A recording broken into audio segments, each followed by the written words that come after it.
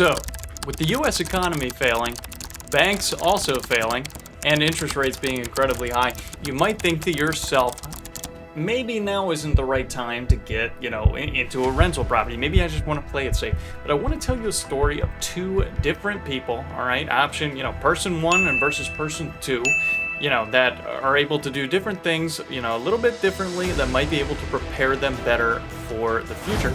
And, let's just say option number one, we have a person that is fearful of the markets. They're thinking to themselves, I'm just going to stay in the job I have, do it safely, and not really think much after that.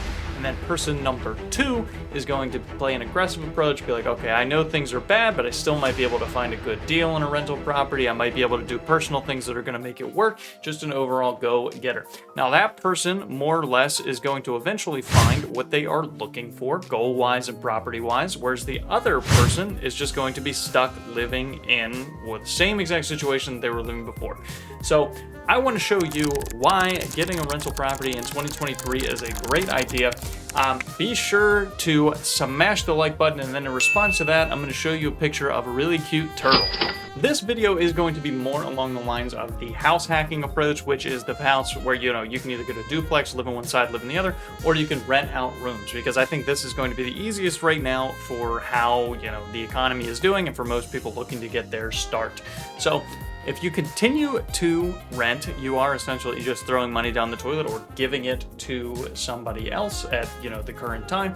So a lot of the times right now, rents are actually very expensive, comparable to mortgages, and sometimes rents for the month are even more than what, a mortgage would even cost you to have. So, for example, the base rent around me is around $1,200 a month, probably, for a single family bedroom, and then that is also going to include, utilities and electric on top of that. So, for my house, I'm able to get $953, at the end of every month, and then that's all that I have. So it's actually cheaper for me to own a home than it actually would be to rent in the area. So if you are a go-getter kind of person, you can look for great deals out there, and you will eventually find something rather than sticking in your current status quo. So one of the easiest ways to do this is rent out rooms, all right? You can, list your sites on, Roomio, Craigslist, Facebook Marketplace, those kind of things, rent out one of the bedrooms and give that to someone else, right? And a good thing about this too is you can give them a great price, and at the same time, it also helps you, lower your mortgage and costs, that kind of thing. That can be a great idea to do going into 2023. So building the equity in the home is one of the most important things, because, if you're going to look at an amortization schedule, which is essentially, paying off your loan over time, the principal and interest balance, you'll be able to see that over the course of time, you're significantly paying more principal than interest. In the beginning, you're paying more interest than principal. So the longer you hold this property, the better you're going to be able to get toward owning your home and gaining more equity in it, which equity is how much money that you have, how much your house is worth and how much you have in it stake-wise. The reason that I'm even bringing this up is because if you go for a long enough amount of time without owning a home, you are significantly cutting yourself off from those gains later down the road. You might also be asking the question of interest rates currently, and with them being so high right now, it's like, am I going to be able to get a good deal or not? Because I'm going to be paying so much more for a house that wasn't as expensive a year ago or 2 years ago. Now, with that being said, you'll be able to find a deal under any circumstance. If you know your baseline price, then you know that you shouldn't be going above it. So interest rate or not, you'll know what you should be or shouldn't be spending every month on this house to make it extremely expensive.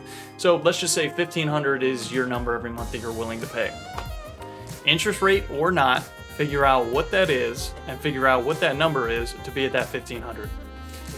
And even later down the line, you can always refinance as well, which is pretty much, if interest rates lower, you'll be able to, sort of redo the loan terms and get something of like a lower interest rate, maybe do something called a cash out refinance, where you can actually gain your equity back into your bank account from the home.